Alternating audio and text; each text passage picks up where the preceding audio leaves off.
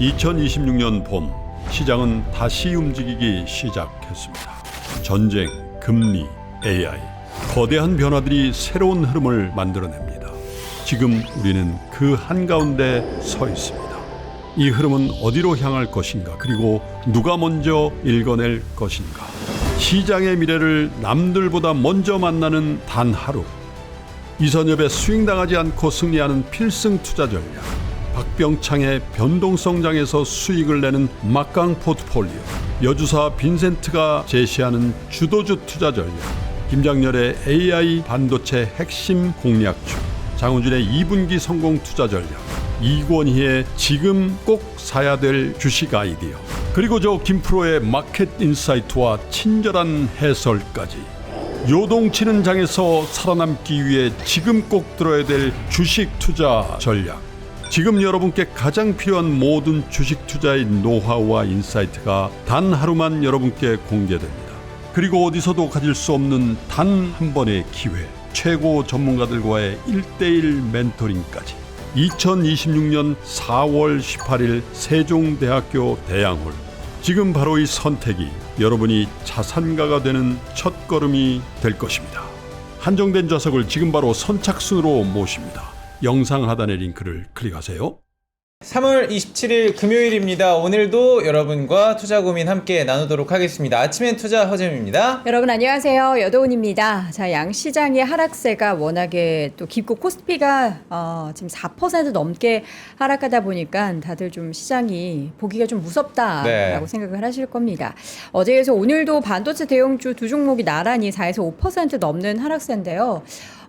이게 많이 하락해서 많이 상승해서 좀 하락을 하는 건지, 아니면 그 이야기 나온 터보컨트가 정말 메모리 수요를 모두 쪼그라들게 만든다라는 것이 정말 현실화되는 것에 대한 우려. 근데 사실 앞서서도 우리 염승환 이사님 말씀해 주셨던 것처럼 그 내용이 갑자기 엊그저께 뿅 하고 나온 게 아니고요. 그러니까요. 이전에 다 연구됐었던 그런 내용이 좀 다시 한번 공개된 건데, 여기에 대해서 우리가 지금 이 정도로 좀 패닉이 와야 되는 건가라는 그런 생각도 들긴 합니다. 오늘 아침에 참 진짜 터보컨트가 또 뭐야 하면서 굉장히 많은 기사를 좀 찾아보기도 하고, 그것 때문에 또 우리 시장 어떻게 될지 굉장히 좀 고민이 많았는데, 야, 제가 제 개인적으로 이 주식 어플을 안 열어본 지가 한 일주일이 넘은 것 같아요. 계좌. 지금, 계좌를. 저도 안 열어봐요.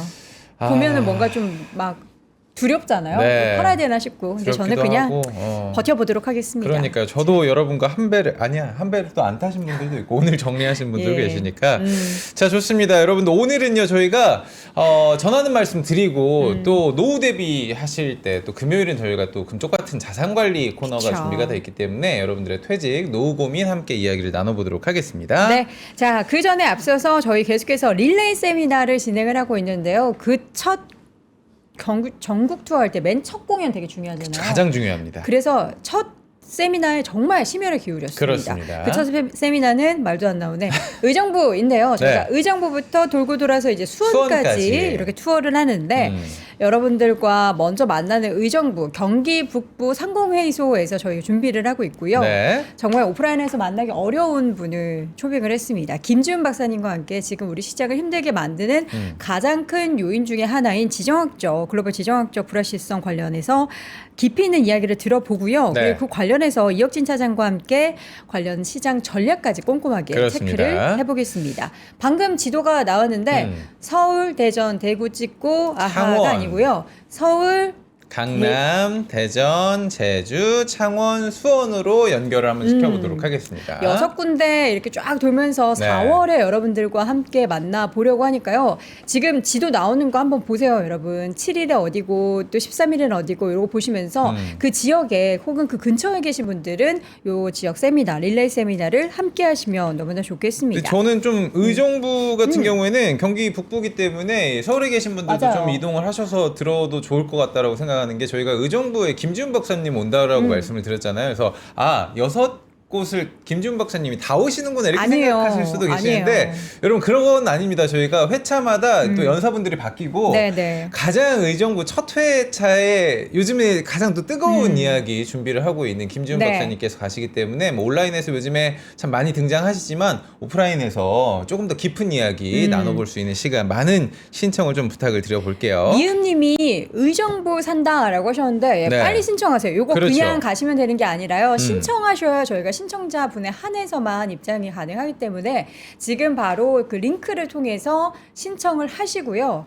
그 다음에 가시면 되겠습니다. 네. 사실 의정부는 남양주도 가까워요. 여러분. 그래요? 남양주 사시는 분들 강원도에서 오긴 조금 먼가? 네. 강원도는 아니, 맘 먹고 따로 오면 준비했으니까. 되죠. 예. 그러니까 서울 지역이나 뭐 김준 박사님 강연 듣고 우리 이혁진 차장님 더불어서 이제 박지훈 부장님이 항상 출격하고 여러분 그렇습니다. 그냥 세미나가 아니고요. 세미나도 들으시고 음. 상담도 받으실 수 있어요. 이 고민 상담 코너를 또 만드셔가지고 따로 무료. 부스를 그럼요. 운영을 하신다고 하니까 누구든 오셔가지고 미리 신청만 좀 부탁을 드리도록 할게요. 네, 영상 하단 링크를 통해서 모두 지금 바로 신청을 해주시고요. 네. 자, 그럼 이제 본격적으로 자산 관리 한번 들어가 봐야겠죠. 오늘 금요일입니다. 금쪽 같은 자산관리 시간 오랜만에 만나보도록 하겠습니다. 우리 NH투자증권 퇴직연금 컨설팅부의 갱블리 김민경 차장님 만나보도록 하겠습니다. 나와주시죠. 어서 오세요. 반갑습니다.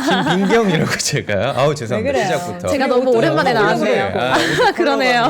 굉장히 좀 푸릇푸릇하게 왔는데 아. 시장도 조금 푸릇푸릇하게 아. 새싹처럼 좀 올라왔으면 좋겠다는 마음으로 시작해 보도록 이게 하겠습니다. 미국 주식에서는 상승을 의미하는 그렇죠. 또 초록색이니까 네. 맞습니다. 아. 두 분이 한번 에너지를 좀 주셨으면 좋겠고 금요일에 좀 우리 기분이 또 좋아야 되는데. 차장님 되게 오랜만에 오신 거잖아요. 맞아요. 네. 맞습니다. 그동안 에너지 어떻게 많이 응축해 두신 거죠? 에너지를 많이 응축해가지고 네. 오늘 최대한 쏟아내고 가겠습니다. 좋습니다. 알겠습니다. 자, 오늘 그럼 우리 김민희 차장님께 어떤 이야기를 들을까 봤더니 한국과 미국 연금에 네. 대해서 차이. 사실 이게 우리나라에서도 뭐 열심히 운용하고 여러분들도 열심히 개인 계좌를 운용하시겠지만 미국 연금의 구조나 이런 수익률을 보면은 네.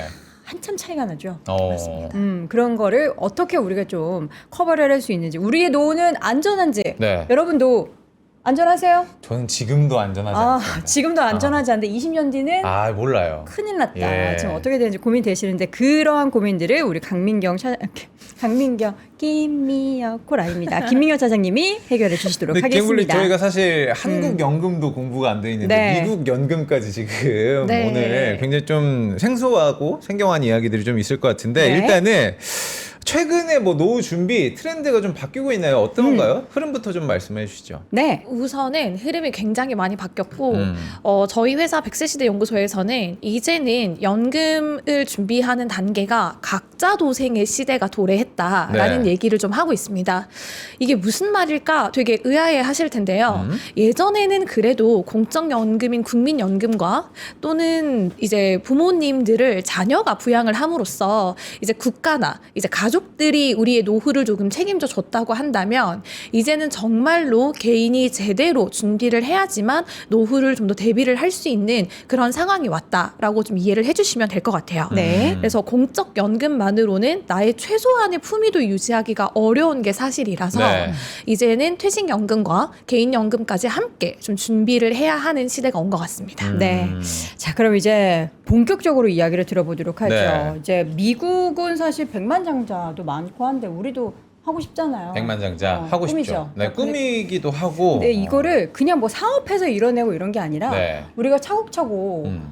물론 뭐 불가능한 분들도 있겠지만 정말 열심히 투자하고 차곡차곡 쌓아간다면 우리 노후를 백만장자처럼 좀 여유롭게 보낼 수 있게 네. 오늘 그걸 또 준비해 주신 거다. 네. 라고 그럼요. 이해하면 되겠죠. 맞습니다. 그럼 자료를 보면서 자세하게 좀 이야기를 나눠보도록 근데 이제 하겠습니다. 미국은 연금으로 백만장자가 가능해요. 사실 이제 우리 같은 경우에는 방금 도훈 씨가 얘기했지만 차곡차곡 돈을 좀 쌓아간다든지 아니면은 뭔가 좀 일확천금을 얻는다든지 뭐 이런 사업을 한다든지. 이런 부분으로 백만장자가 딱 완성이 돼야 되는데 미국은 연금으로 내가 백만장자가 될 수 있다? 일부. 이게 가능한 이야기인가 굉장히 좀 궁금해집니다. 우선 미국은 청년들 층에서 연금으로도 백만장자가 될 수 있다라는 인식이 굉장히 널리 퍼져 있어요. 아 그래요? 네, 왜냐하면 실제로 연금 백만장자가 많고 그 이유는 미국의 퇴직연금 제도 때문이라고 좀 말씀을 드릴 수 있을 것 같은데 미국은 401k라는 연금 제도를 이미 가지고 있습니다. 401k. 401k. 네. 이거는 이제 미국의 내국 세법의 401조 K항에 이제 관련된 그 내용이 언급되어 있기 때문에 저희가 401k라고 얘기를 하는데, 이제 가입자들이, 그러니까 근로자들이 본인들의 연금을 납입을 하게 되면 회사에서 매칭을 해서 같이 어느 정도 납입을 해줍니다. 그리고 그 납입을 한 금액에 대해서는 가입자들이 직접 운용을 하게 되는데요. 그 운용을 하는 방식에 있어서 우리나라랑 엄청나게 큰 차이가 있습니다. 네. 제가 지금 현재 펴놓은 자료를 조금 올려봐 주시면 네, 장표를 보면서. 네, 미국 DC 플랜 자산 배분 현황, 이게 2024년 말 기준이거든요. 보시면은 TDF와 주식형 펀드의 83%가 투자가 되어 있습니다. 네. 우리나라는 원금과 이자가 보장이 되는 원리금 보장 상품의 대부분 투자가 되어 있는 것과는 완전 대조적인데, 이렇게 TDF와 주식형 펀드에 투자를 하니까 이제 연평균 8% 이상의 수익률을 기록을 하게 되니 네. 다수의 연금 백만장자를 배출을 할 수밖에 없는 구조인 거죠. 지금 그러면은 미국 같은 경우에는 연평균 8%면 네. 우리나라를 비교해 주시죠. 우리는 뭐 그 정도 따라가지 않나? 한 5% 되나요? 우리는? 그렇지 않습니다. 5% 얼마나 좋은데. 그러니까요. 이게 막 어, 복리로 복리의 하면은 마법이니까. 네. 대단하죠. 너무 안타깝게도 네. 우리나라는 아직까지 연평균 2% 수준에 머물고 있어요. 2%요? 네, 참 그 예금을 하지. 그렇게. 예금. 그리고 그럼요. 지금 뭐 유가나 물가 오르는 것보다 오히려 마이너스가 네, 될 수도 있는 실질적으로는 상황? 마이너스라고 생각을 하시면 될 것 같아요. 그러면은 어떻게 해야 돼요? 우리 노후 준비를 위해서 이렇게 지금 2%대에 머물고 있는 수익률을 뭐 어떻게 좀 미국의 반이라도 따라가려면 그렇죠. 어떻게 해야 돼요, 사장님? 우선은 투자를 해야 하는데, 투자. 왜냐하면 미국의 DC 플랜은 아까 보셨다시피 83% 이상의 투자 자산에 이제 투자가 되고 있잖아요. 네. 그러면 우리도 한 살이라도 더 빠르게 투자를 해가지고 시간을 나의 아군으로 만드는 전략이 필요합니다. 아, 시간을? 네, 그래서 내가 1년이라도 더 빨리 투자를 해야 앞서 말씀 주신 것처럼 더 빠르게 복리 효과를 누릴 수가 있기 때문에 우리가 이제는 한 살이라도 더 빠르게 나의 연금 자산을 투자 자산에 투자를 하는 것으로 좀 변화를 하는 게 필요할 것 같고요. 네. 그리고 제가 지금 계속해서 연금을 투자라고 말씀을 드리고 있는데, 아까 잠깐 이제 예적금이 오히려 낫지 않냐, 2% 그렇죠. 수익률이면 네. 맞아요. 실제로 우리나라가 지금 2% 정도의 수익률에 머무를 수밖에 없는 것, 그 근본적인 원인이 아직도 우리나라 국민들은 네. 연금이 저축 자산이라고 생각을 해요. 이거를 잃고 싶지 않은 네, 그 맞습니다. 심리가 네. 강해서 그냥 맞아요. 저축성 자산에 관련한 투자를 하거나 네. 그런 것에 이제 묶어두는 경우들이 맞아요. 많죠. 그렇죠. 네. 네. 그래서 이제는 연금도 더 이상 저축 자산이 아니라 투자를 해야 하는 그런 투자 대상이다라는 인식의 변화가 좀 필요한 것 같고요. 그러면서 이제 하루라도 더 빠르게 좀 투자를 하셔야 될 것 같고, 그리고 이거를 내가 계속 저축을 했다가 한 번에 목돈으로 받는 게 아니고 네. 계속해서 투자를 해 나가되 나중에 내가 월급으로 받는다라는 개념으로 조금 가져가시면 좋을 것 같습니다. 월급으로 받는다. 네, 저희 지금 어머니 아버지도 지금 은퇴를 하신 분도 있고 제 앞두시고 계신 분도 있는데 네. 가장 걱정이 월급을 받아서 생활을 하시다가 그게 끊기는 순간 본인이 이제 어떻게 이 남은 자산을 활용을 해야 될지, 앞으로 살 기간은 굉장히 많이 남아있는데 맞아요. 그런 걱정이 굉장히 심하시더라고요. 그래서 지금 보고 계신 분들도 그러실 것 같은데, 가장 우리나라의 연금제도의 문제점이 방금 얘기했던 것처럼 저조한 수익성도 있을 수도 있고요. 네. 여기서 중도 인출을 하시는 분들도 굉장히 많을 네, 것 같아요. 많죠. 뭐 사실 이벤트가 많습니다. 집도 살려면 목돈이 필요하죠. 맞아요. 우리 돈이 재무 장가 보내고 뭐 또 경조사 있고 하면은 목돈이 또 필요할 거 아닙니까? 아직 안 필요해서 어떻게? 아니 필요할 수 있으니까 늘 그게 이제 준비가 돼야 되는데 40년 동안 안 필요했어. 사실 가장 만만한 게 이 퇴직연금, 맞아요. 연금 계좌에서 깨서 쓰는 분들이 많다 보니까 중요한 거는 이제 크기가 쫙 쪼그라들면은 맞아요. 수익률이 있다 하더라도 불어날 수 있는 눈덩이가 커지지 않으니까 그런 네. 것들도 좀 문제가 될 것 같아요. 맞아요. 실제로 지금 제 자리에 있는 장표를 좀 띄워봐 주시면 네. 미국의 DC 은퇴자산 유지의 비율 추이는 가입 자산을 기준으로 봤을 때는 94% 정도입니다. 그러나 우리나라 같은 경우에는 장표 한 번만 띄워봐 네, 자료 주시겠어요? 한번 보여주시죠. 지금 퇴직연금 이전 해지 추이 현황이 2024년에 그나마 조금 떨어져서 해지를 하는 비율이 무려 64%다. 그러면은 우리나라에서 이 퇴직연금을 가지고 있는 사람이 36%밖에 안 된다는 네. 뜻이거든요. 그러면 우리의 미국이랑 비교했을 때 미국은 가입 자산을 기준으로 94%, 가입자를 기준으로 70%가 유지가 되는 반면 저희는 오히려 그 반대로 64%가 해지를 해 나가고 있기 때문에 굉장히 이 노후 대비가 잘 되고 있지 않다. 그리고 이 배경에는 미국 같은 경우는 내가 중도에 해지를 하거나 인출을 하게 되면 10%의 추가 가산세를 매깁니다. 아, 네, 가산세가. 네, 그러니까 네. 이제 세금이 워낙 많이 부과가 되기 때문에 어쩔 수 없이 인출을 못하게 제도적으로 막아놓은 거죠. 네. 근데 우리나라는 특히나 주거를 구입하기 위한 그렇죠. 목적으로 해지를 좀 쉽게 할 수 있다 보니까 이러한 해지 비율이 굉장히 높다. 그래서 노후 대비가 잘 되지 않고 있다. 이렇게 말씀을 드리고 싶습니다. 네. 그러니까 인식도 좀 바꿔야 되고 네. 지금 우리가 좀 운영하고 있는 방식도 좀 바꿔야 될 것 같은데 중도 인출하는 것에 있어서도 그리고 미국과 한국과의 비교한 내용들을 이렇게 쭉 봤을 때 여러분들이 여기에 내가 다 해당된다라고 생각하시면은 오늘 우리 김민경 차장님의 얘기를 좀 들으면서 그렇죠. 1번 생각의 전환 그리고 생각은 전환했는데 어떤 방법으로 그러면 운용을 중요합니다. 실제로 해야 하는지 알려주실 거죠? 네, 그럼요. 우선은 이제 가장 우리가 쉬운 방법은 성공한 사례를 찾아서 어떻게 그들이 운용을 했는지를 한번 보고 그걸 따라가는 게 저는 가장 쉬운 방법이라고 생각을 하거든요. 네. 실제로 미국은 연금 백만장자가 많은 만큼 여러 국가에서 연금 제도가 성공한 굉장히 선진화된 연금 제도를 가지고 있는 국가로 평가를 받고 있습니다. 네. 그들이 어떻게 운용을 하고 있는지를 보면 TDF와 그다음에 ETF 등으로 이제 투자를 하는 경우들이 많고 실제로 그러한 사례를 벤치마킹해서 우리나라에서도 아주 많은 TDF들이 나오고 있고 그리고 실제로는 최근에는 그 TDF를 제가 저번 시간에도 말씀을 드렸지만 ETF화해서 실시간으로 매수 매도를 할 수 있는 그런 구조까지 만들어 놓았거든요.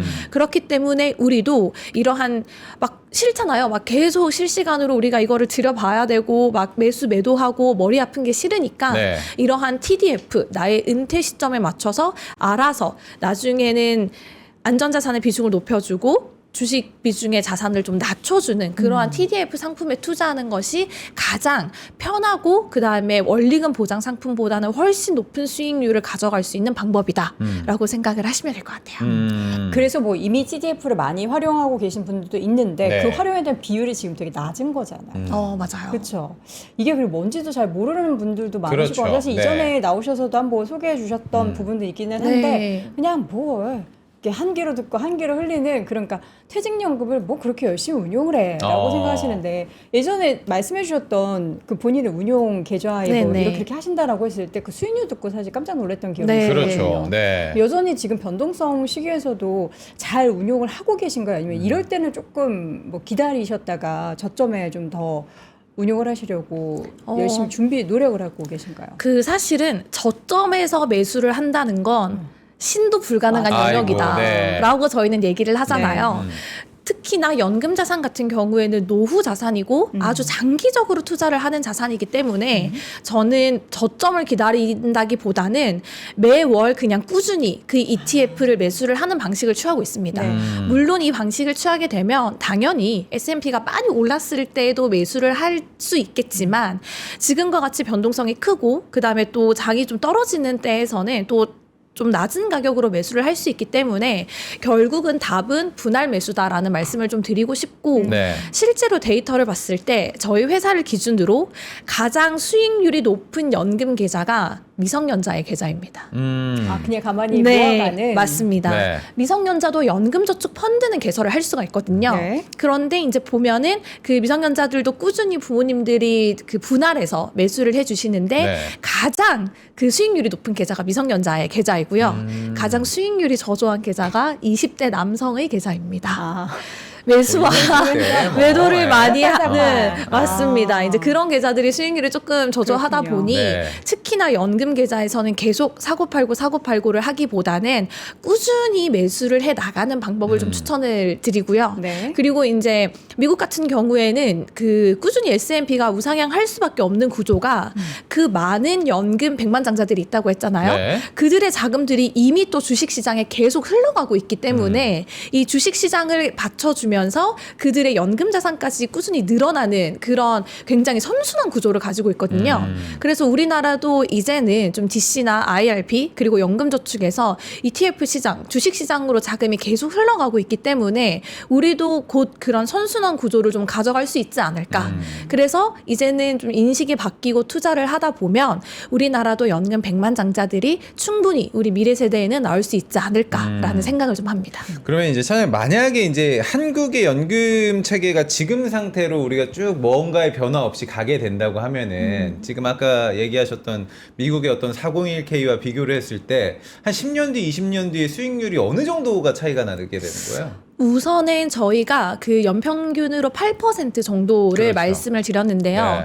이게 저희가 연에 8%를 잡았을 때에는 30년 뒤에는 8배가 됩니다. 8배. 왜냐하면 과세가 계속 이연되고 네. 복리 효과가 계속 나오기 때문에 30년 뒤에 8배 수준이거든요. 근데 그 2% 우리나라는 지금 연평균 2%대이기 때문에 네. 이거를 이렇게 계속 생각을 한다면 나중에는 이게 훨씬 더 큰 이제 차이가 날 수밖에 없는 거죠. 그리고 실제적으로 우리가 연평균 2%를 가정하면 네. 사실은 물가 상승률도 못 따라가는 마이너스의 수익률로 생각을 할 수밖에 없는 구조이기 넣어놓고 약간 때문에 밑 빠진 독 같은 느낌으로. 네. 나중에 30년 뒤에는 이게 지금은 당장 2%와 8%가 4배 정도밖에 안 되지만 나중에 시간이 지나다 보면은 추후에는 이게 10배 이상의 차이를 낼 수 있는 격차가 더 커지네요. 맞습니다. 시간이 지날수록 그 격차는 벌어질 수밖에 없는 구조죠. 그러니까 이게 복리가 진짜 무서운 거를 정말, 우리가 네. 경험을 해봐야 되는데 사실 그 경험은 시간이 물리적으로 엄청 소비가 되잖아요. 뭐 1, 2년이 아니고 정말 5년 그리고 10년 정말 많게 20년 동안의 그런 것들을 본인이 체감해야 되는데 그러고 나서 이제 50대 되면은 후회하면은 사실 조금 맞아요. 늦잖아요. 네. 그때는 이제 우리가 벌이가 점점 줄어들 수밖에 없고 돈이 많이 나가는 그런 시기이기 때문에 그래서 방송을 보시는 분들이 30, 40대 분들이 있으시다면 내가 지금까지는 막 현금 비중만 많이 쌓아두고 그냥 예금성 관련해서만 무조건 안정해야 그렇죠. 돼 하시는 네. 분들은 조금 이제 안정도 담보되고 수익률도 조금 올릴 수 있는 그런 전략을 우리 차장님께서 쭉 설명을 해주실 거니까 잘 참고해 보셨으면 좋겠습니다. 네, 그래서 차장님 나우삼쇼님께서 그래서 어떻게 해야 되나요? 방법론 쪽으로 우리가 좀 들어가 봐야 될 것 같아요. 지금 일단 쭉 상황을 우리가 네. 설명을 했으니까 네. 그 얘기 듣기 전에 그 얘기 듣기 전에 저희가 빠르게 그러면 전달사항 말씀드리고 그대로 조금 더 딥하게 한번 좋습니다. 방법 얘기를 해보겠습니다. 네. 아침에 투자에서는 여러분들을 위해서 직접 전국 방방 곳곳으로 저희가 찾아가기 위해서 네. 릴레이 세미나, 스페셜 릴레이 세미나를 준비를 하고 있습니다. 전국 투어 먼저 4월 2일에는 목요일 오후 3시 의정부 상공회의소 찾아가고요. 네, 강남 준비하고 있습니다. 4월 7일 화요일이고요. 대전으로 갑니다. 4월 9일. NH투자증권 WM센터에 4월 9일 목요일 오후 3시에 저희가 만나러 가고요. 바다 건너 제주까지 갑니다. NH농협 제주본부에 4월 13일 월요일 날 오후 3시에 준비하고 있습니다. 그리고 그 다음 주 4월 22일 수요일 오후 3시에는 창원으로 갑니다. 그러니까 경남 지역에 계신 분들은 이쪽으로 다 오셨으면 좋겠어요. 좋습니다. NH투자증권 WM센터 만나도록 하죠. 마지막 시작도 경기도 마지막도 경기도에서 수원에서 준비를 할게요. 수원 컨벤션 센터에서 4월 30일 목요일 오후 2시에 여러분들 기다리고 있겠습니다. 저희가 각각 찾아갈 때 저희 NH 패밀리 분들 뿐만 아니라 뭐 의정부의 김지훈 박사님 모시는 것처럼 그렇죠. 제가 알기로는 김프로님도 추격을 하고 계시고 뭐 이게 업계에 유명한 저명한 우리 기자분들이나 뭐 좋습니다. 관련해서 투자 전략에 인사이트를 풀어줄 수 있는 분들과 네. 함께 또 이혁진 차장뿐만 아니라 우리 박현지 과장님도 함께 하시고 맞아요. 여기에 더불어서 또 보니까 제가 확인했었던 내용은 배창규 부장님도 배창규 예, 부장님도. 함께 다 출연을 네. 하고 늘 빠지지 않는 우리 또 박지은 부장님이 부장님. 직접 여러분의 면대면을 얼굴을 보면서 또 상담도 해주신다라고 하니까 꼭 한번 가셨으면 좋겠고 네. 4월 1일 목요일 오후 3시에는 의정부에서 열립니다. 요거 지금 신청을 제일 빨리 해주셔야 돼요. 왜냐면 맞아요. 며칠 안 남았거든요. 의정부 그리고 그 주변에 계시는 분들은 NH투자증권 이혁진 차장님과 박지훈 박사님이 함께 출격하는 이 릴레이 세미나를 먼저 한번 경험해 보셨으면 좋겠습니다. 김지윤 박사님과 이혁진 차장님의 이 콜라보는 의정부에서만 또 보실 수 네. 있는 조합이기 때문에 국제정세 쫙 한번 공부하시고 그걸로 투자 어떻게 풀어볼까 고민 상담도 하는 시간 의정부에서 먼저 만나보도록 하겠습니다. 자세한 사항과 또 신청은 영상 하단 링크 혹은 실시간 댓글창을 통해서 확인해 주시기 바랍니다. 네. 자, 차장님 그럼 이제 뭘 어떻게 해야 하는지를 이제 본격적으로 풀어볼까요? 좋습니다. 우선은 현재 만약에 그 연금 내 노후를 위한 연금 계좌가 없다면 네. 연금 계좌를 개설하는 것부터 좀 시작을 하셔야 될 것 그게 행동의 같고요. 시작입니다. 맞습니다. 네. 그 작년에도 보면 아 맞다 나 사회공제 때문에 개설해야 되는데 했다가 까먹고 또 이제 안 하셔가지고 연말정산 세액공제 못 받으신 분들이 까먹고 안 했을까요? 그러면- 불장에 돈을 더 넣으려고 아. 그 계좌 안 만들고 그게 문제입니다. 그래요. 제 얘기입니다 그게. 네. 어쨌든 직장인이라면 무조건 꼭 필요한 것이 세 가지가 있는데 연금저축펀드와 IRP와 그다음에 ISA 세 가지를 말씀을 드렸어요. 네. 그러면 이제 그 중에 노후를 대비하기 위한 연금저축펀드와 IRP는 꼭 개설을 하셔야 하고 이 두 계좌는 나중에 연말정산을 하실 때 13점 내가 납입한 금액의 13.2에서 최대 16.5%까지 세액공제를 받으실 수 있습니다. 네. 그래서 오늘 만약에 지금 이 방송을 보시는데 내가 세액공제를 위한 연금 계좌가 없다 하시는 없다. 분들은 바로 핸드폰을 여셔서 저희 N2 어플을 다운받으신 네. 다음에 연금저축펀드와 IRP 계좌 두 개를 모두 개설을 꼭 하시기를 추천을 드리고요. 그 다음에 연말정산 할 때 그럼 나는 어차피 그냥 연말에 한 번에 900만 원 납입을 할래 하시는 분들이 계시거든요. 물론 매년 꾸준히 납입을 하면 이 또한 분할 매수의 효과가 있겠지만 네. 저는 나중에 900만 원을 납입하는 것도 결국 신경을 써야 하기 때문에 굳이 그럴 필요 없이 매월 75만 원씩 연금저축 펀드에 50만 원, 그다음에 나머지 25만 원은 IRP에 매월 자동이체를 걸어주시기를 추천을 좀 드립니다. 네. 그리고 자동이체를 걸면서 자동으로 매수가 되게 하는 기능이 또 있거든요. 그래서 이제 내가 자동이체를 하게 되면 내가 정해놓은 뭐 타이거 S&P 500이나 이러한 그 ETF를 자동으로 50만 원씩 그다음에 내가 정해놓은 가격 밑으로 매수를 할 수 있게 설정을 하실 수 있으니까 네. 그런 식으로 분할 매수의 효과를 좀 보실 수 있도록 하시는 게 좋을 것 같고요. 네. 그다음에 연금저축 펀드 같은 경우에는 위험자산에 대한 한도가 없습니다. 그래서 100% 다 위험자산에 투자가 가능하지만 IRP 같은 경우는 30%까지는 이제 안전자산에 투자를 해야 하기 그렇죠. 때문에 우리가 이제 안전자산으로 분류되는 TDF 같은 것들은 30% 매수하시기를 좀 추천을 드리고 나는 좀 굉장히 공격적인 성향이다. 네. 그래서 내 IRP 안에서 주식형 비중을 최대한으로 가져가고 싶다 하시면 우리가 TDF 중에 가장 숫자가 큰 2060이나 이러한 친구들은 주식이 최대 80%까지 담을 수 있거든요. 그러면은 내가 이제 70%는 위험자산에 투자를 하고 나머지 30% 중에서도 80%까지는 또 주식형의 투자가 되기 때문에 최대 94%까지는 또 내가 주식형의 투자를 할 수 있는 그런 효과를 가져갈 수 있으므로 우리가 TDF를 활용하시는 걸 적극 추천을 드립니다.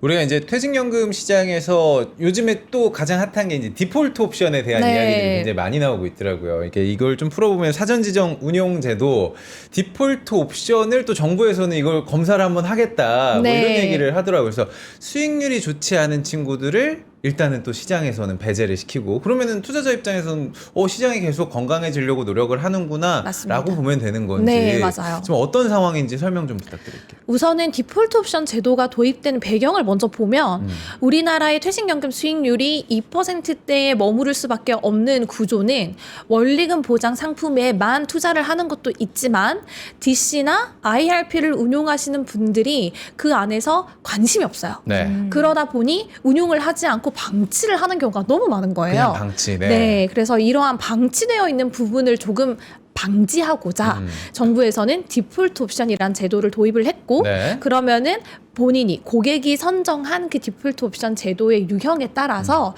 투자를 하게 되는 그러한 상품입니다. 그래서 내가 현금으로 남아 있으면 자동으로 내가 세팅한 이제 그 투자 유형에 알아서 투자가 되는 게 디폴트 옵션 사전 지정 운용 제도라고 보시면 될 것 같습니다. 네. 즉 내가 사전에 지정한 방법으로 운용을 할 수 있게 만든 제도가 디폴트 옵션입니다.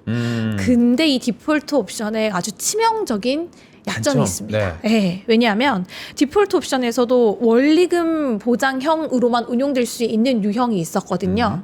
근데 또 이제 우리나라 대부분의 국민들이 이제 디폴트 옵션에서 가장 안전한 그 유형을 대부분 선택을 하시다 보니 수익률이 이제 조금 올라가지 않은 그러니까 저희의 기대보다 네. 저조한 그런 수익률이 나타난 거죠. 그러니까 뭔가 이제 공격적인 투자보다는 원리금을 맞습니다. 지키고 싶으니까 네. 그만큼 수익률도 좀 적어지는 거죠. 맞아요. 네. 그리고 이제 디폴트 옵션의 상품을 이제 좀 들여다보면 그 디폴트 옵션 제도를 운용을 하고 있는 금융기관이 지정한 상품으로 운용이 되는 거거든요. 그래서 각 금융기관마다 똑같은 유형의 이제 투자 성향이라고 하더라도 금융기관마다 선정한 상품들이 다르기 때문에 수익률이 천차만별일 수밖에 없습니다. 네. 그러다 보니 정부에서도 이제 디폴트 옵션을 얼마나 잘 운용을 하는지에 따라서 이제 그 금융기관들을 판단을 하겠다라고 이제 얘기가 나오면서 좀 더 금융기관들도 디폴트 옵션에 더욱 신경을 쓰고 결국은 그것이 나중에는 수익률 향상으로 이루어질 수 있는 결과가 나타날 수 있는 거죠. 이게 우리가 계속 402K랑 비교를 하게 되는데 네. 미국의 그 관련한 디폴트 옵션 제도와 우리나라는 또 차이가 뭐가 나나요? 우선은 거의 비슷한 구조다라고 보시면 되고 이제 미국은 그 401K 제도 자체가 좀 강제성을 띠고 있습니다. 네. 그래서 강제적으로 가입을 하고 그리고 이제 인출에 대해서도 그 좀 강력하게 막고 있고 그리고 그 안에서 이제 운용을 할 때에도 좀 더 투자의 비중이 높은 이제 디폴트 옵션을 제공을 하고 있기 때문에 네. 우리나라처럼 이제 원리금 보장에 그 좀 치중되어 있는 것과는 확실히 다른 방향으로 투자가 되고 있는 건 맞습니다. 네. 자, 그럼 이제 미국과 수익률 비교 막 8%고 우리 그렇죠. 1%밖에 안 되는 네. 이런 비교를 말씀드렸잖아요. 그럼 실제로 미국의 그 연금에 투자하는 그 내용들을 들여다보면은 주식형 자산 비중이 확실하게 높나요? 네, 맞습니다. 아까 제가 그 초기에 처음에 시작할 때 미국 DC 플랜의 자산 배분 현황을 이제 보여드렸는데 네. 그 보시면은 현재 주식형 펀드의 41%가 들어가 있죠. 근데 이 41%만 주식형 펀드인 게 아니고 왼쪽에 있는 TDF에도 분명히 주식의 비중이 들어가 있습니다. 아, 네. 네, 적게는 20%에서 많게는 80%까지 이 TDF에도 주식형이 담겨 있기 때문에 사실은 미국에는 거의 60-70% 정도의 비중이 모두 주식형에 투자가 되고 있다라고 생각을 하시면 될 것 같아요. 오른쪽에 지금 보시면은 우리나라 같은 경우에는 원리금 보장형, 이 파란색 막대 그래프가 원리금 보장형인데 압도적으로 높은 것을 보실 수가 있어요. 네. 그래서 DBDC, IRP를 합쳤을 때는 무려 75%가 원리금 보장형에 투자가 되어 있다 보니 미국은 70%가 넘는 금액이 실적 배당형, 즉 주식형에 들어가 있는데 우리나라는 75%가 오히려 원리금 보장형에 들어가 있기 때문에 그 수익률이 당연히 엄청나게 차이가 날 수밖에 없다라는 거죠. 네. 지금 댓글로 아우 이렇게 들어도 복잡하다. 사실 복잡할 수밖에 없어요, 여러분들. 왜냐면 개인별로도 다르고 우리가 어렸을 때 경제 공부할 때 노후라든지 연금에 대한 공부를 한 번도 해본 적이 없기 때문에 맞아요. 오늘 들으시는 분들 좀 어려울 수 있지만 결국엔 이거예요. 나 지금 50대인데 지금도 가능한가요에 대한 방법을 아까 물어보셨던 분인데 이거는 저희가 끝날 때 한번 정리를 쫙 한번 깔끔하게 알겠습니다. 해드리고 오늘 내용 한번 짚어보도록 하겠습니다. 네. 어떤 기업이 들어가 있고 어떤 상품을 고르느냐도 굉장히 좀 중요할 것 같아요. 맞습니다. 무조건 주식을 산다고 그치. 수익률이 좋은 건 맞아. 아니니까. 지금 아까도 저는 지금 연금 이 계좌에 채권형을 좀 많이 했다가 주식이 좋으니까 주식형으로 지금 갈아탔는데 물렸다고 하신 분들도 계세요. 약간 이런 식으로 어떻게 본인이 비율 선택했는지 상품 선택했는지에 따라 좀 다르거든요. 네. 기준을 좀 한번 세워주세요. 우선은 아까 기업을 말씀 주셨는데 아직까지는 법적으로 개별적인 기업에 투자를 하는 건 불가능하고요. 그리고 개별 기업에 대한 투자를 연금 자산으로 하는 건 저는 조금 위험하다고 생각을 하고 있습니다. 왜냐하면 그 회사는 지금 우리가 주식시장에서 봐도 알겠지만 아무리 돈을 잘 벌고 이익을 잘 내더라도 이런 어떤 경제 상황에 따라서 굉장히 등락이 있을 수 있기 때문에 개별 기업을 고르는 건 아니고 네. 어떻게 투자를 해야 나의 연금 자산 투자에 가장 적합한 투자를 할 수 있느냐가 이제 해답이거든요. 아까 여기 댓글에서도 TDF가 뭐예요? 라고 그렇죠. 이제 물어보신 네. 분이 계셨는데 타겟 데이트 펀드의 약자입니다. 타겟으로 하는데 뭘 타겟으로 하냐? 데이트, 날짜입니다. 내가 퇴직하는 그 시점을 타겟으로 해서 투자를 하는 펀드인데 이 펀드의 특징은 글로벌 자산 배분을 알아서 해주는 펀드다.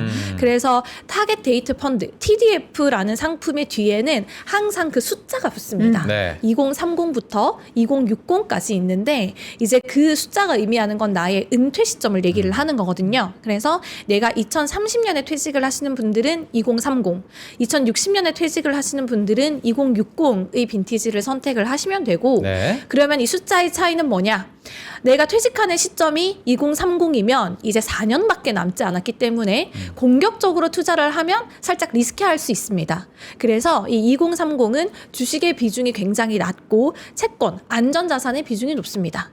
반면에 2060은 2060년, 내가 지금 은퇴 시점이 34년 정도 남았기 때문에 주식의 비중이 최대 80%까지 투자가 되고 대신에 안전자산 비중이 그만큼 낮은 거죠. 다만 내가 지금은 주식 비중이 80%이지만 내 은퇴 시점인 2060년이 다가올수록 점점 주식의 비중은 내려가고 안전자산의 비중은 올라가는 글로벌 자산 배분을 알아서 해주는 펀드다. 그래서 우리가 연금 자산을 운용을 할 때에는 이렇게 TDF를 활용하시는 것이 가장 편한 방법이다라는 걸 기억을 하시면 될 것 같습니다. 네, 어떤 기업을 고르는 것보다는 네. 사실 관련한 지수 관련한 ETF나 이런 이제 TDF 펀드를 통해서 투자를 하는 게 그나마 내가 신경을 조금 덜 쓰면서 수익률을 조금 같이 올라갈 수 있는 그런 운용 관련한 방법이 되겠습니다. 세제 혜택 관련해서 그렇죠. 좀 확인을 해봐야 될 것 미국 같습니다. 연금 같은 경우에는 수익률도 좋은데 그만큼 이렇게 유입을 할 수 있는 매력도가 좀 높은 것 같은 맞아요. 게 세제 혜택이 굉장히 좀 강력하다고 하는데 우리도 뭐 절세, 세제 혜택, 퇴직연금 이렇게 연결은 되는데 비교했을 때 좀 우리가 좀 약한 편인가요? 우선은 좀 장기적으로 가져갔을 때 그 세제적으로 유리한 혜택을 주는 것도 맞고요. 그리고 그러한 유인책, 인센티브를 주기도 하지만 너네가 인출을 하면 페널티를 줄 거야 하는 그렇죠. 부분도 강력하게 있습니다. 네. 근데 우리나라는 이제 납입을 할 때는 세제 혜택을 충분히 주기는 하지만 이걸 장기적으로 보유를 했을 때 추가적으로 세제 혜택을 주는 게 없어요. 그래서 이제 제가 2023년에 그 어디서 가서 좀 얘기를 한 게 있는데 우리나라도 좀 장기적으로 가져갔을 때에는 추가적으로 세제 혜택을 주는 게 좀 더 필요하지 않나라는 생각을 좀 하고 있고요. 그 다음에 아까 말씀드린 것처럼 내 퇴직연금을 주택을 구입하기 위해 중도에 인출을 한다고 해서 어떠한 추가적인 페널티를 물지는 않습니다. 네. 원래 내야 될 내 그 퇴직소득세만 내면 되거든요.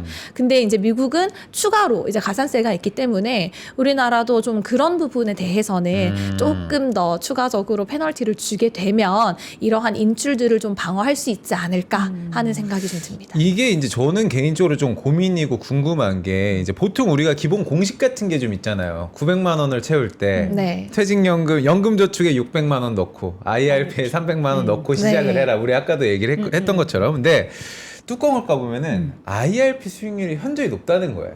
왜죠? 그러니까 약간 락인 효과 이게 잠가버리는 효과가 네, 좀 네. 있다 보니까 그러니까 연금저축은 조금 쉽게 아까 얘기하셨던 것처럼 해지할 쉽게 수 좀 있고. 뺄 수도 네. 있고 쓸 수도 있고 하다 보니까 그러면은 IRP를 좀 늘려볼까? 근데 이것도 좀 고민인 게 아니 좀 개인의 선택권도 좀 침해를 하는 것 같기도 네. 하고 수익률 때문에 내가 무슨 일이 생길지 모르는 유동성에 대한 고민도 있을 것 맞습니다. 같고 이런 고민들이 진짜 많을 것 같거든요. 우선은 연금저축 같은 경우에는 뭐 일부만 이렇게 물론 내가 세액공제를 받은 부분과 그 다음에 운용수익에 대해서는 16.5% 기타 소득세를 내야 돼요. 그렇지만 해지가 아니고 일부만 인출이 가능하거든요. 네. 그래서 이제 그렇게 활용도가 좀 있고 IRP 같은 경우에는 만 55세 미만 일반일 경우에는 일부 인출이 안 됩니다. 안 되죠. 네, 안 되기 때문에 이제 해지를 해야 하는 게 있어서 아무래도 유지를 조금 하는 그런 성향들이 있다 보니 약간 반강제로 좀 가져갈 맞습니다. 수 있는. 네. 그래서 이제 수익률이 높은 것도 있고 그리고 IRP는 이제 어쨌든 위험 자산에는 70%까지만 투자가 가능하기 때문에 이제 30%는 어느 정도의 안전 자산을 가져가는 것도 좀 있거든요. 네.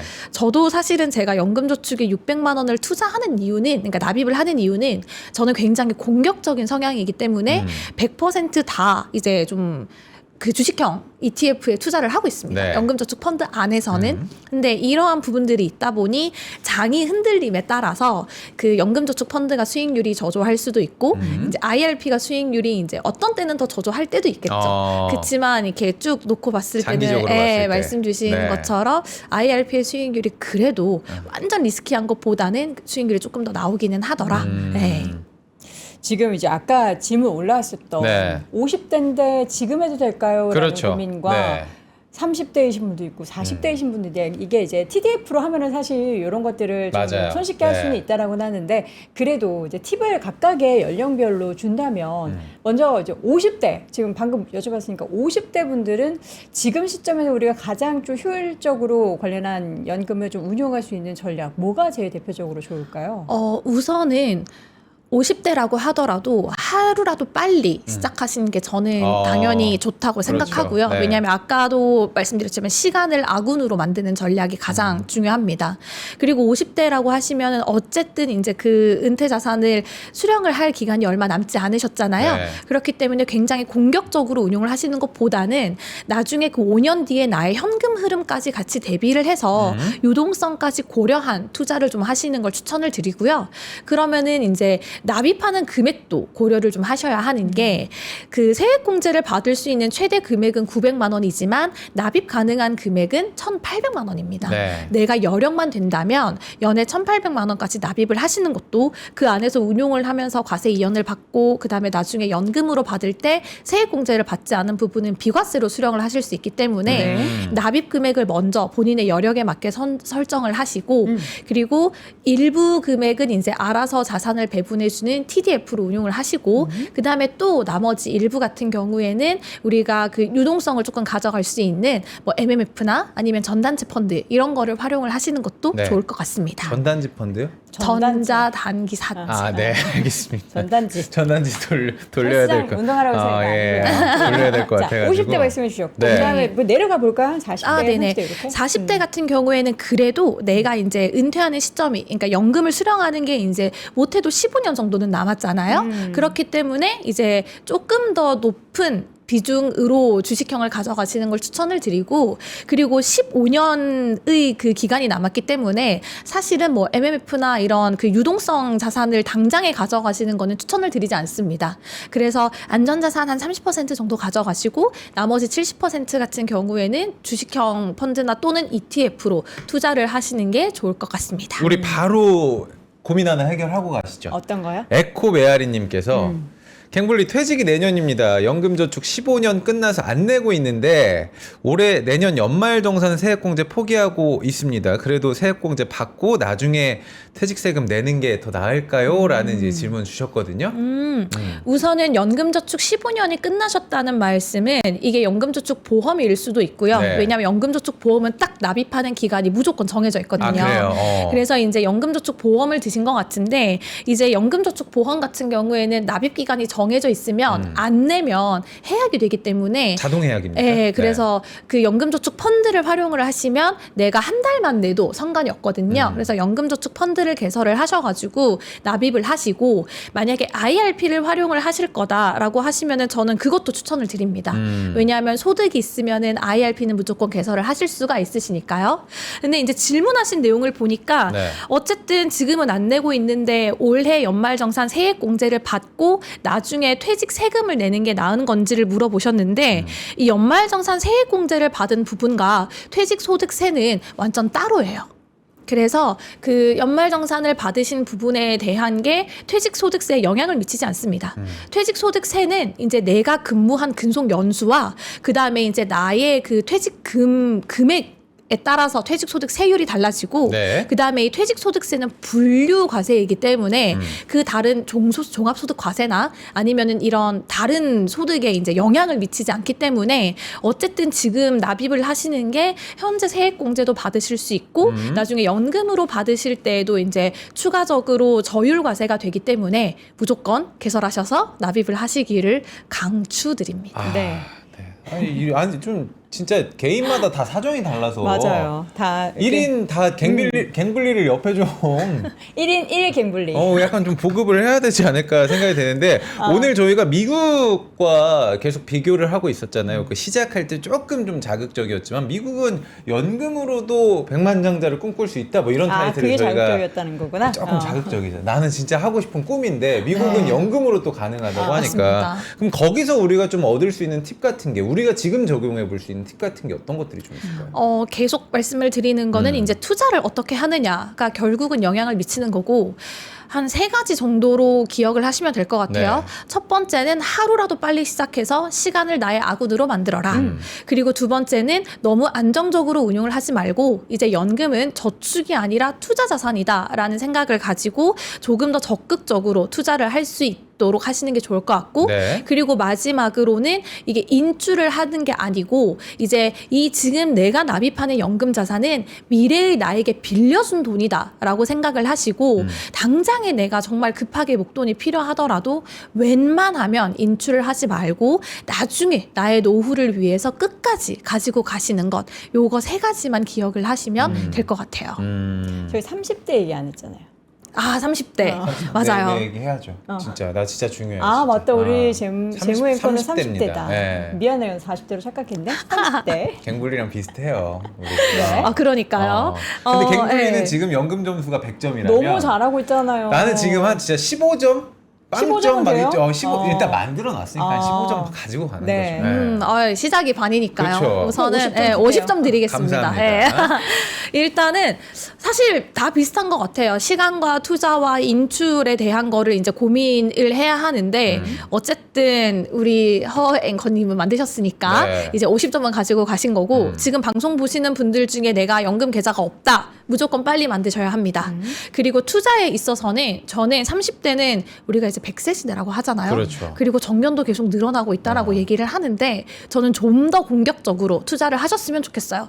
실제로 그 제 IRP를 보면 계속해서 위험자산 한도 초과가 되었다는 알림이 계속 와요. 그래요? 그 이유는 이제 70%까지만 위험자산이 인정이 되는데 네. 그 투자한 것들이 수익률이 좋으니까 이제 수익이 늘어나는구나. 계속 나면서 위험자산의 한도가 계속 초과가 됐습니다. 네. 근데 이제 저는 그래서 어떻게 활용을 하냐고 하면 네. 로보 어드바이저를 활용을 합니다. 아, 로보 어드바이저. 네. IRP 안에서는 아. 로봇 알고리즘이 알아서 매매를 해주는 그런 것도 있어요. 네, 로보 어드바이저가 있는데 앱 내에서 자동 맞습니다. 설정이 네. 예, 저희 회사 어플에 보시면 이제 로보 어드바이저가 있는데 그 저희랑 제휴를 맺은 운용사가 하는 게 있고 네. 저희 회사 자체 알고리즘으로 운용을 아. 하는 게 있습니다. 수익률이 너무 좋아요. 저희 회사 자체 알고리즘이 수익률이 굉장히 좋거든요. 사용료 있지 않아요? 수수료가 있습니다. 수수료 있죠. 네, 대신에 이제 그 성과를 어느 정도 초과를 하게 되면 네. 그 초과한 성과에 대한 수수료가 나오는 거기 때문에 아, 그럼 그 전까지는 공짜로 할 수 있는 맞습니다. 거네요. 예, 네. 그래서 선택을 할 수가 있어요. 아. 이르면 어떻게 해? 이름을 로봇이 줘요 돈? 바로 싸워야지. 죄송해요. 이제. 안 줄 것 같은데. 네. 예, 어쨌든 아. 성과에 대해서만 이제 그 수수료를 가져가거나 또는 네. 평전에 대해서 오. 가져가는 둘 중에 하나를 선택하실 수 있는데 네. 이 로보 어드바이저가 안전자산으로 분류가 돼요. 그래서 저는 이제 계속해서 IRP에는 매월 25만 원씩 납입을 하고 있는데 매월 로보 어드바이저를 사고 있습니다. 네. 25만 원씩. 잠깐만. 그럼 로봇 어드바이저가 뭘 사든 그냥 안전 맞습니다. 그 30%그 비중으로 다 들어간다는 거예요? 네, 다 들어갑니다. 우와. 안에서 보면은 로보 어드바이저가 도대체 뭘 살까? 저도 되게 궁금했거든요. 네. 뭘 사요? 근데 이제 되게 여러 가지의 그 테마가 있는데, 그러니까 알고리즘이 되게 여러 가지가 네. 있는데 보니까 어떤 때는 멕시코 ETF를 사기도 하고, 그래요? 어떤 때는 대만 ETF를 사기도 하고, 네. 정말로 이제 전 세계에 있는 모든 자산을 얘가 보고 네. 이제 저희가 그 정해놓은 알고리즘, 예를 들면은 얘가 최근에 너무 많이 빠졌다. 네. 이런 알고리즘이 있고 또는 얘가 이제 다른 자산들 대비해서 덜 움직였다. 이런 이제 알고리즘별로 되게 다르거든요. 그래서 이제 내가 선택한 알고리즘에 맞는 그 자산들을 쭉 보고 본인이 선택을 해서 매매를 하더라고요. 야, 본인이 이제 판단을 해가지고 네. 저평가된 것들도 좀 골라내고 맞습니다. 근데 소외된 것들도 보고. 맞아요. 우리가 사실 멕시코나 대만의 ETF를 그렇게 들여다보진 않잖아요. 그러니까요. 네. 처음입니다. 그니까요. 네. 그래서 저는 30대 분들은 그런 걸로. 로우 어드바이저를 통해서 공격적으로 좀 네. 더 투자를 하시기를 권유를 드리고 이건 또 처음 알았어요. 그러니까 네. 아니 로보 어드바이저 출시됐다라고 우리가 그렇게 얘기한 적은 네. 굉장히 있었는데 이걸 실제로 활용해서 네. 수익률을 또 증명하고 계시니까. 그리고 그게 안전자산으로 분류가 돼서 맞습니다. 그렇죠. 사실 이제 위험자산의 비중을 높이고 싶은 분들도 충분히 활용이 되는데 그게 로보 어드바이저도 혹시 뭐 제한이 있나요? 뭐 몇 %까지? 그 연간 900만 원까지만 매수가 가능합니다. 네. 900만 아직까지는 원까지만. 시범 기간이라고 좀 생각을 하시면 될 것 같고 그래서 DC에서는 안 되고 네네. IRP에서만 로보 어드바이저가 가능한데 네. 연간 900만 원까지만 가능하다. 제가 알기로는 어차피 이제 뭐 연금 얘기하면 다 알고 계시니까 네. 7월인가요? 기금형 퇴직연금 이야기가 지금 나오고 있잖아요. 뭐 연금도 이제 뭐 2.0 시대 개혁을 해야 된다 이런 네. 얘기가 지금 뭐 여의도 정가에서 들리고 있는데 7월에 기금형 퇴직연금, 그러니까 기금형이라고 하면 우리가 뭐 국민연금 같은 거 생각을 하게 되는데 네. 퇴직연금도 이제 규모가 커졌기 때문에 그리고 노후가 중요하기 때문에 정부에서 좀 나서서 뭔가 기금형으로 만든다 이런 얘기로 우리가 알면 될까요? 어떻게? 맞습니다. 네. 우선은 아까 말씀드린 것처럼 이제는 각자 도생의 시대가 도래했잖아요. 그렇죠. 연금이. 네. 국민연금과 같은 이런 공적연금으로만 이제 노후를 준비하는 게 너무 어렵고 그래서 이제 정부가 봤더니 퇴직연금이 이제 또 제2의 노후 수단인데 너무 방치가 되고 있는 거죠. 그리고 이제 뭐 개인별로 또 잘 하시는 분들은 잘 하시겠지만 아직도 여전히 이렇게 연금이 큰 이슈가 되고 있음에도 불구하고 방치를 하고 있는 분들이 있다 보니 네. 그럴 거면 가입자들에게 좀 선택권을 주겠다. 그래서 원하는 기금이 있으면 그 기금에 가입을 하게 되면 기금에서 알아서 운용을 해서 국민연금처럼 수익률을 좀 제고를 해가지고 좀 더 노후를 대비를 잘 할 수 있게 해주겠다. 예, 이러한 취지로 이제 기금형을 계속해서 얘기는 하고 있고요.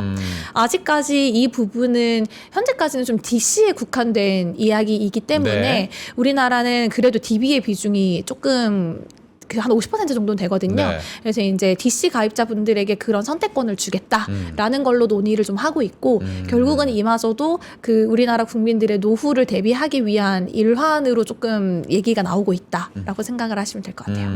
지금 시청자분들이 갑자기 질문을 너무 많이 올려주셨어요. 그래요? 약간 네. 뭐 이 앱을 이용해서 IRP 종목 교체하는 방법 좀 알려주세요. 저축성에서 투자형 ETF로 바꾸는 방법이 궁금해요 하는 분들도 계시고 네. 아 지금 뭐 또 위에 뭐 또 있었는데 앱을 이용해서 이거 계속 이분 올려주시는 거구나. 종목 교체하는 방법이 있어요? 네네.